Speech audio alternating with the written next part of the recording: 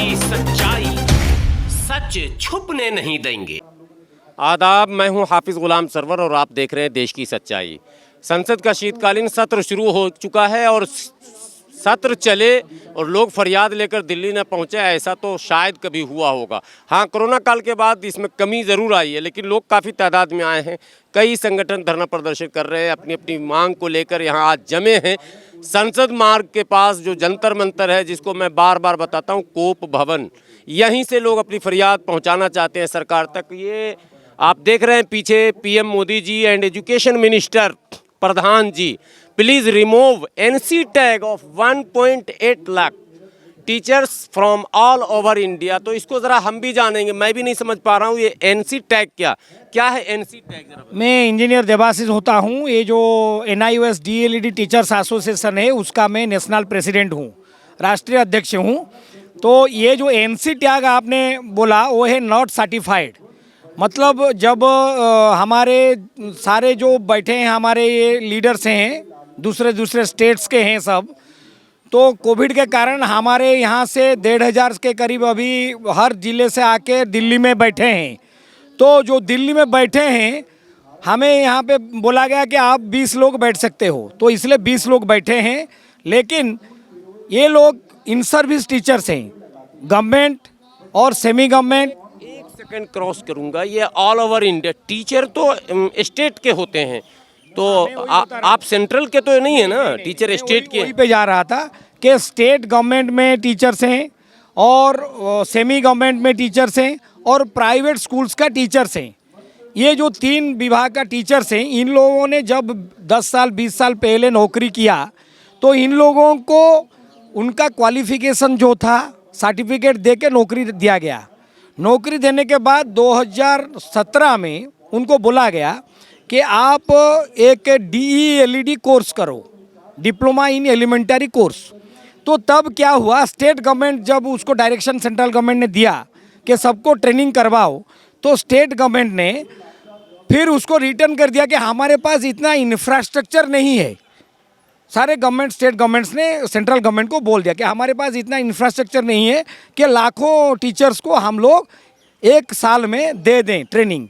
तो central government ने उसका एजेंसी है national institute for open schooling NIOS, उसको फिर उसको बोला कि आप उनको ट्रेनिंग दिलवाओ।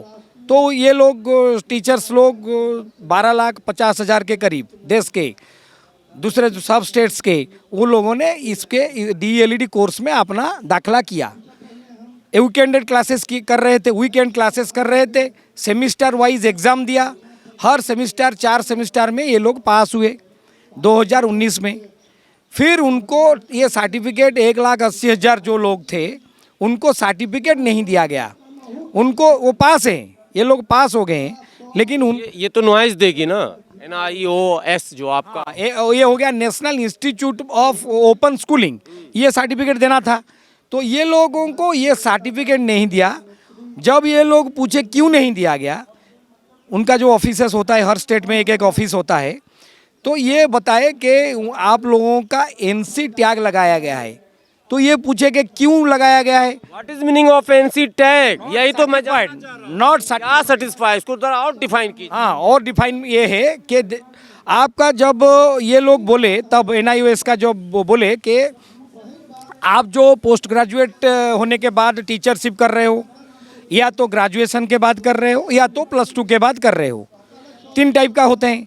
तो +2 और ग्रेजुएट या तो पोस्ट ग्रेजुएट, ये तीनों को बोला बाद में, मतलब कोर्स कंप्लीट हो गया, पास आउट हो गए, फिर बाद में बोल रहा है NIOS कि आपको 50% से ज़्यादा लाना था +2 में।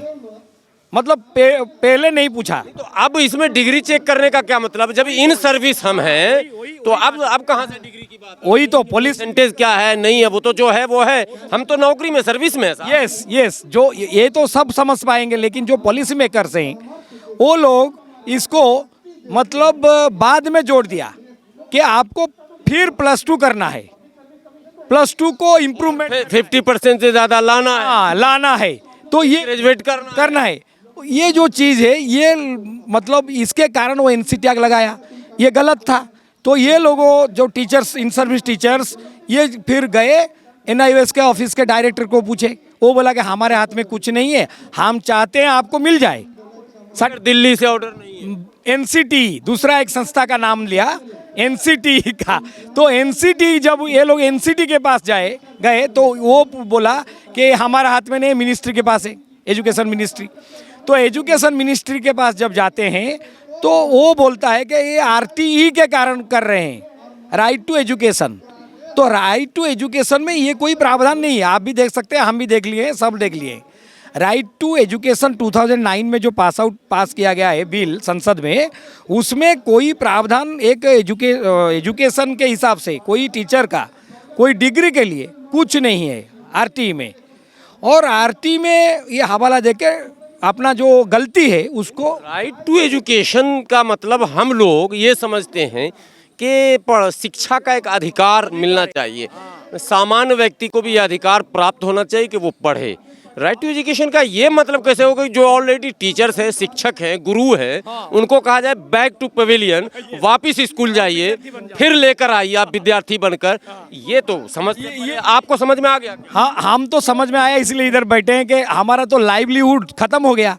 अभी क्या कर रहे हैं, 1 लाख, ये जो आपने आराम से समझा दिया, 1 मिनट में समझा दिया, तो ये तो सब जो पॉलिसी मेकर समझ चुके हैं। वो NIOS का चेयरपर्सन बार बार भी लिखित दे रहा है मिनिस्ट्री को कि भाई इन लोगों को NCT हटाने का परमिशन दे दो, लेकिन वो दे नहीं रहा है। हम लोग उसके लिए लास्ट क्वेश्चन मेरा ये है कि आप 1.8 लाख जो आपने लिख रखा, 18 लाख लोग हैं, 1,80,000 जो हैं, तो ये ऑर्गेनाइज्ड हैं, आपके कॉन्टेक्ट्स में हैं पूरा? सारे, हाँ, पूरा ऑर्गेनाइज्ड हैं। सब चाह रहे थे कि हम दिल्ली आ जाएं। हम उनको एक समय दिया था 31 अक्टूबर को हम लोगों ने प्रधानमंत्री जी और माननीय केंद्रीय मंत्री धर्मेंद्र प्रधान जी को बकायदा लिख के दिया लास्ट में कि आप यदि नहीं हटाओगे तो 18 तारीख को हर जिला केंद्र में हमारा प्रदर्शन होगा। और धर्मेंद्र प्रधान जी का जो उड़ीसा वाला घर है उनके सामने भी होगा। तो हो गया है। आप कहाँ के हैं? मैं उड़ीसा से हूँ।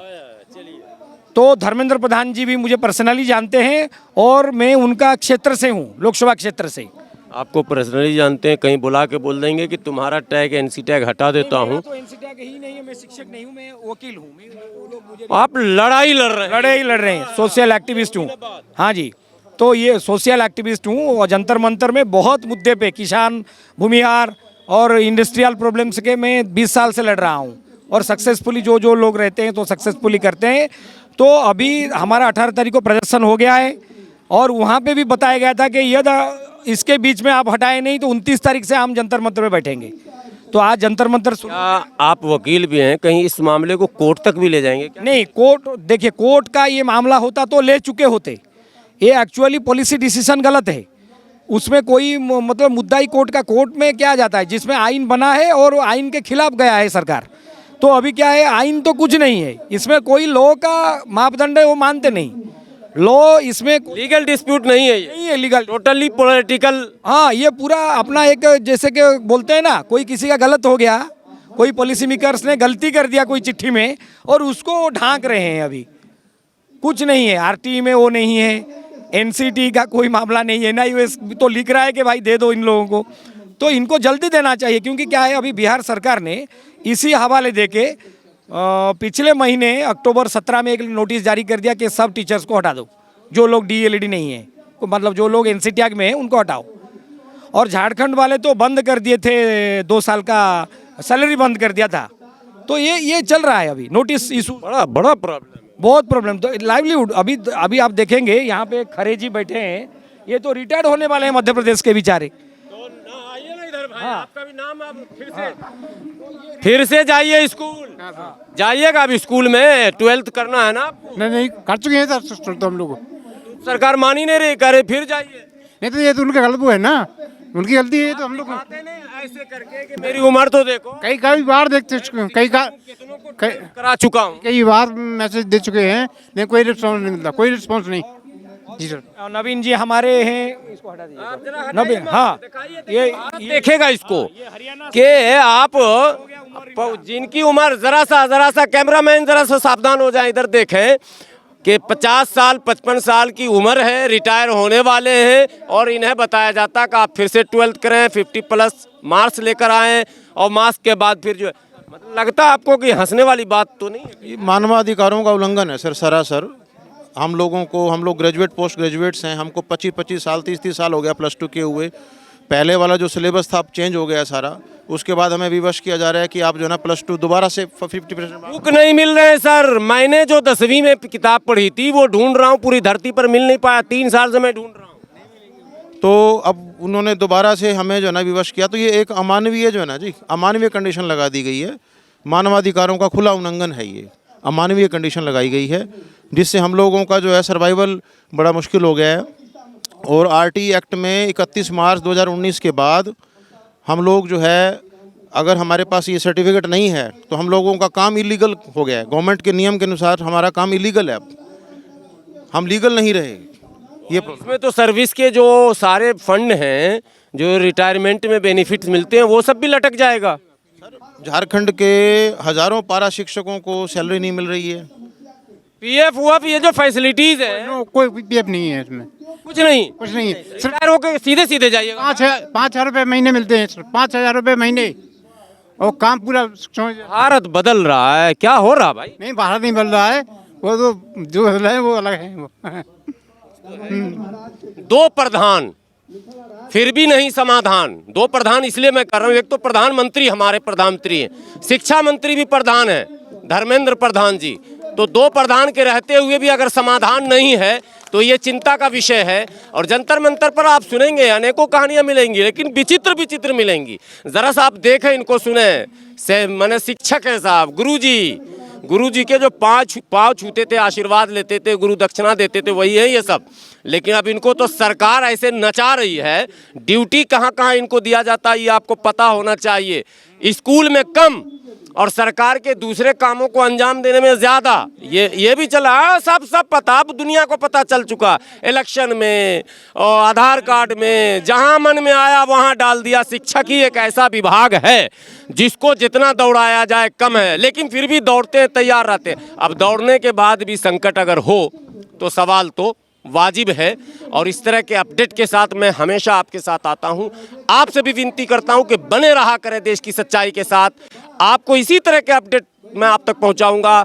विनती ये करूंगा कि वीडियो को ज़्यादा से ज़्यादा शेयर करें। ये वो मुद्दे हैं, ज्वलंत मुद्दे, जो देश के कोने कोने तक जाने चाहिए, क्योंकि कई राज्यों के लोग यहाँ मौजूद हैं और सभी राज्यों में इनके समझिए जीवन पर संकट है, इनके भविष्य पर ताला लगाया जा रहा है।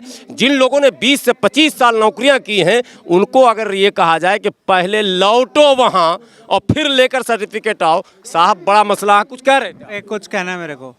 आप इनसे 12वीं की दोबारा परीक्षा लेने की बात कह रहे हैं, लेकिन इनके पढ़ाए हुए बच्चे आज वो यूपीएस में अधिकारी बन। Yes right.